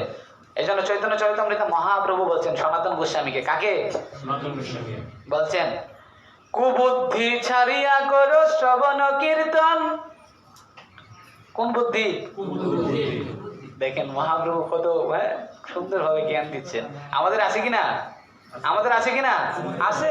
কালের বাইরে কিভাবে উঠবো? এই যে কুবুদ্ধি। এই জন্য মহাপ্রভু বলছেন কুবুদ্ধি ছাড়িয়া করো শ্রবণ কীর্তন, অচিরাদ পাবে তুমি গোবিন্দ চরণ।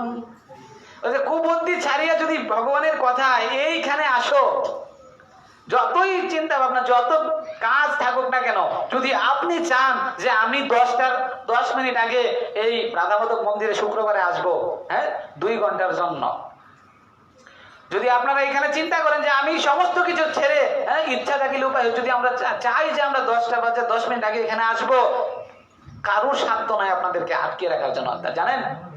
কিন্তু যদি আপনারা মনে করেন যে মানুষের তো 2টা হাত দেখা যায়, কিন্তু আরেকটা হাতও আছে, কি হাত? অজু হাত। যদি মনে করেন যে না এই অজু হাতটা যদি আপনারা বের করে ফেলেন তাহলে কত কিছু দেখাইতে পারবেন। কিন্তু মহাপ্রভু বলছে শিক্ষা গ্রহণ করতে গেলে কি করতে হবে?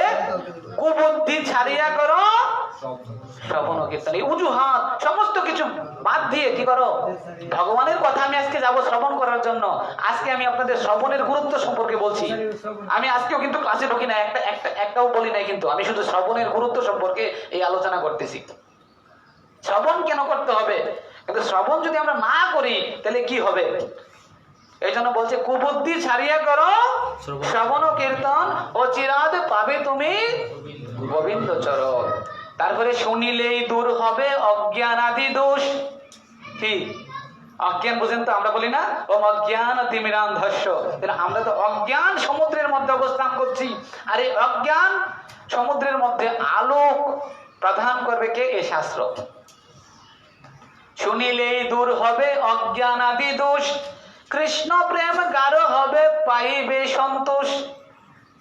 তাহলে আপনার যে কৃষ্ণ প্রেম আছে না, সকলের হৃদয়ে আছে। এই প্রেমটাকে সকলের হৃদয়ে একটা মানুষের স্বাভাবিক প্রবৃত্তি কি করা? ভালোবাসা। ভালোবাসাটা কিন্তু মানুষের স্বাভাবিক প্রবৃত্তি, কিন্তু এই ভালোবাসাটা যদি আপনি কৃষ্ণকে দেন তাহলে সেই ভালোবাসাটা সার্থক। আর যদি অন্য কাউকে দেন তাহলে ভালোবাসাটা কি? ব্যর্থ। ভালো কাউকে না কাউকে আপনাকে বাঁচতেই হবে। ভালো আপনাকে কাউকে না কাউকে কি করতে হবে? এটা স্বাভাবিক প্রবৃত্তি।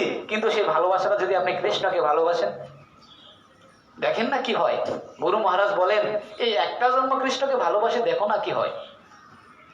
ভালোবাসে একটা, তোমার তো অনেক জন্ম হয়েছে তাই না? অনেক জন্ম কুকুর ছাগল এইভাবে তো অনেককে ভালোবাসছো, কিন্তু একটা জন্ম কৃষ্ণকে ভালোবেসে দেখো কি করেন উনি তোমাকে। একটা জন্ম কৃষ্ণকে ভালোবেসে দেখো তোমার কি হয়। এই জন্য কি বলতেছে? শুনিলেই দূর হবে অজ্ঞান আদি দোষ, কৃষ্ণ প্রেম গাঢ় হবে পাইবে সন্তোষ। তখন হৃদয়ে সন্তোষ পাবে। দেখেন ভক্তদের মধ্যে কিছু যদি সব উল্টা পাল্টা হয়ে যায়, কিন্তু তাদের হৃদয়ে একটা সন্তুষ্ট থাকে, আমি ভগবানের ভক্ত। এইটা দিয়ে একটা সে কি করে? শান্তি পায়, প্রশান্তি পায়। আমার মৃত্যুর পরে আমার একটা সদ্গতি হবে, এই জন্য তার কোনো ভয় নাই। ভক্তরা কি করে? মৃত্যুর ভয় থেকে সে উত্তীর্ণ। বুঝতে পারছেন? এই জন্য বলছেন কৃষ্ণ প্রেমকে যদি আমরা গাঢ় করতে চাই, কি করতে চাই? আমাদের হৃদয়ে যে কৃষ্ণ প্রেম আরো গাঢ় করতে চাই, তাহলে কি করতে হবে? কৃষ্ণ কথা শ্রবণ করতে হবে। তারপরে শ্রীমদ্ ভাগবতমে বলছে শৃণ্যতাম সকতাম কৃষ্ণ পূর্ণ শ্রবণ কীর্তনম হৃদি অন্তস্থি অভদ্রাণী সমাধুন বিদীয়তে। যদি আমরা আমাদের ভগবানের প্রতি আমাদের প্রেম বৃদ্ধি করতে চাই, একমাত্র পন্থা শ্রবণ ও কীর্তন। ভগবানের কথা শুনতে হবে এবং সেই কথা গিয়ে অন্যজনের কাছে বলতে হবে, বলে তাকেও কৃষ্ণ অদ্ভুত, তাকে কৃষ্ণ ভাবনায় ভাবিত করতে হবে। এই জন্য ভাগবত কি বলছে? নষ্ট প্রায়শ অভদ্রেষু নিত্যম ভাগবত। এই ভগবানের কথা শ্রবণ করলে কি হবে? আমাদের হৃদয়ের যে অবধানী, যে পাপ, সেগুলো কি হয়ে যাবে? দূর হয়ে যাবে, নষ্ট হয়ে যাবে। নষ্ট প্রায় সবদ্রেশু নিত্যম ভাগবতম সেবয়া। যদি আমরা নিত্য ভগবানের কথা শ্রবণ কীর্তন করি। আমরা নিত্যর কথা বলছি না, নিত্য তো বাসায় মধ্যে করবেন, কিন্তু সপ্তাহে একটা দিন এখানে আসেন, সপ্তাহে একটা দিন টাইম টু টাইম আসেন। আমরা আজকে দেখছি আমরা বলছি 10টায় 10 মিনিট আগে আপনারা আসুন, কিন্তু আমরা কত দিকে অনেক লেট করে আসছেন। হবে না। ভগবানের কথার প্রতি শ্রদ্ধা থাকতে হবে। তাই চৈতন্য মহাপ্রভু রামানন্দ রায়কে বলছেন, কাকে? রামানন্দ রায়কে বলছেন, শ্রবণের মধ্যে কোন, শ্রবণের মধ্যে জীবের কোন শ্রেষ্ঠ শ্রবণ? তাহলে শ্রবণের মধ্যে কোন শ্রেষ্ঠ শ্রবণ? তখন রাধা কৃষ্ণের প্রেমলীলা কর্ণ রসায়ন।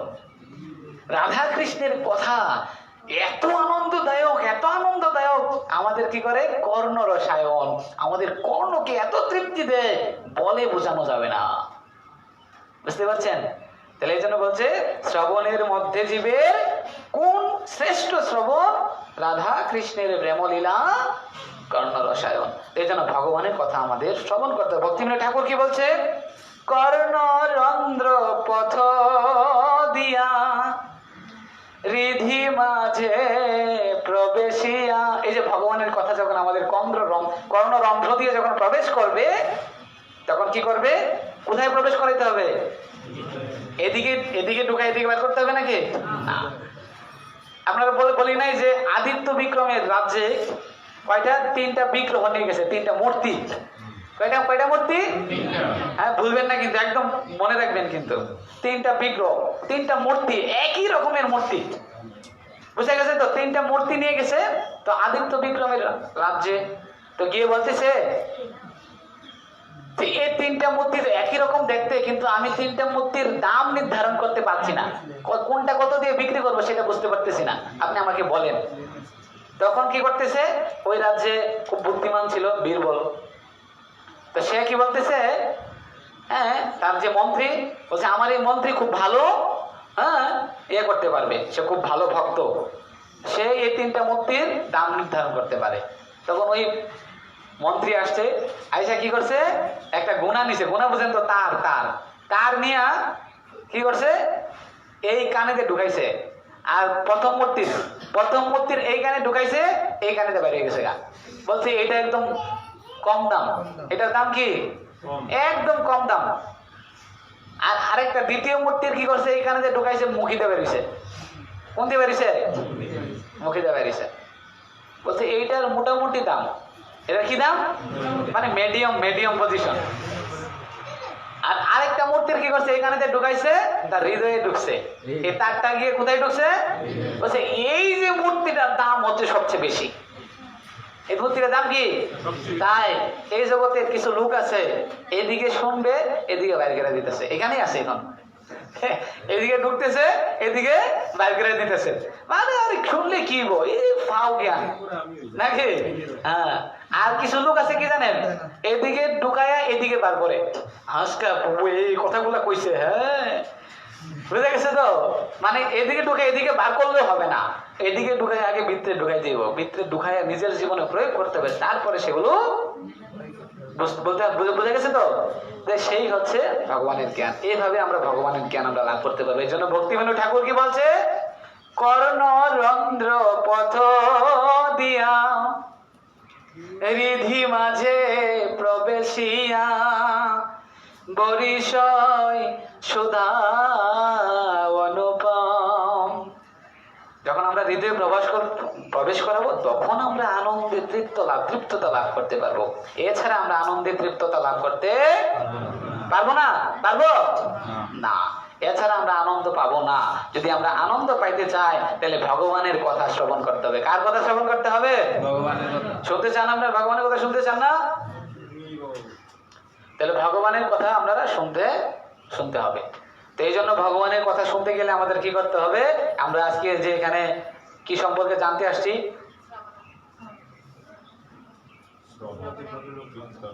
কিভাবে কি হওয়া যায়? ভদ্রলোক হওয়া যায়, তাই নাকি? কিভাবে how to become a gentleman. আমরা সবাই জেন্টলম্যান হইতে আসছি, তাহলে জেন্টলম্যান হইতে গেলে আমাকে কি করতে হবে? ভগবানের কথা শ্রবণ করতে হবে। কার কাছে গীতা আছে? এখানে গীতা আনছেন আপনারা কেউ? কারো কাছে আছে? না। গীতা আছে আদের ওই মাতাজির কাছে দেন তো, গীতা দেন। হ্যাঁ মাতাজি খুলেন, 12 অধ্যায় খুলেন, 12 অধ্যায় খুলেন, 12 অধ্যায়ে 13 নাম্বার শ্লোকটা দেখেন, শুধু অর্থ করবেন।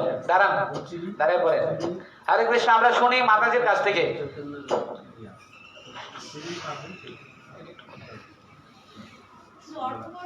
হ্যাঁ 13 নাম্বার শ্লোক সকলেই শুনেন।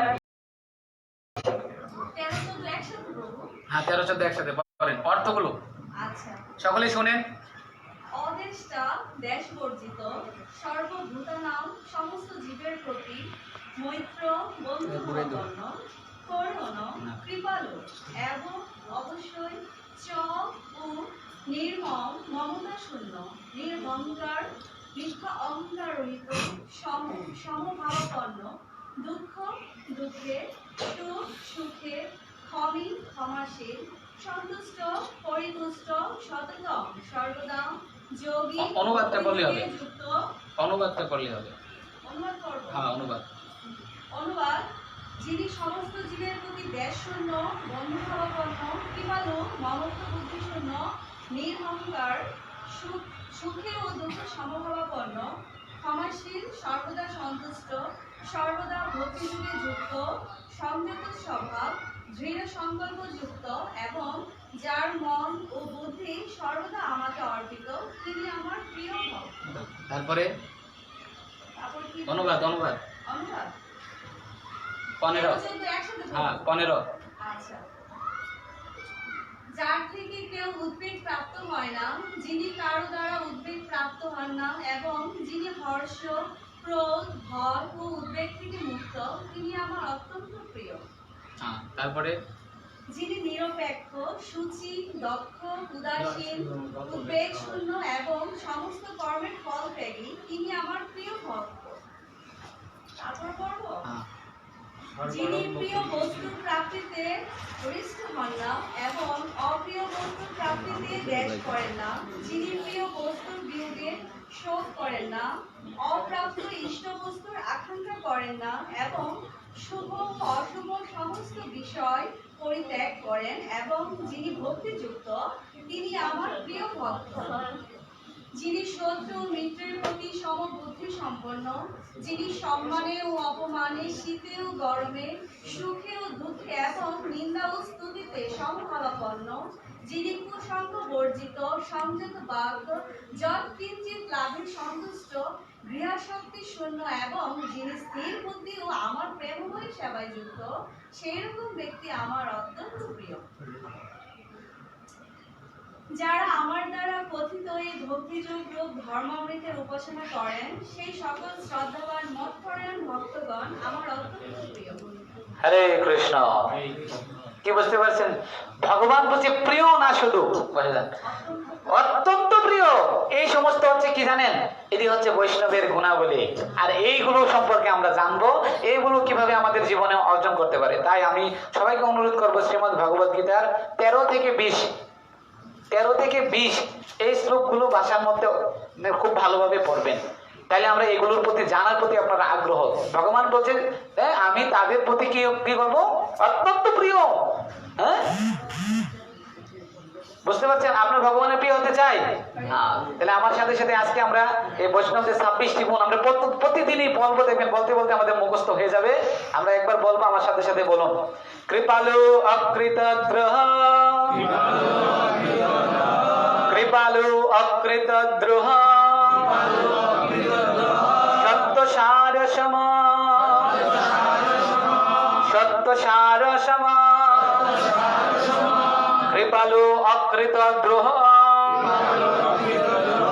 সত্যসার সম, নিদুষ বদন্ন, মৃদু শুচি অকিঞ্চন, নিদুষ বদন্ন মৃদু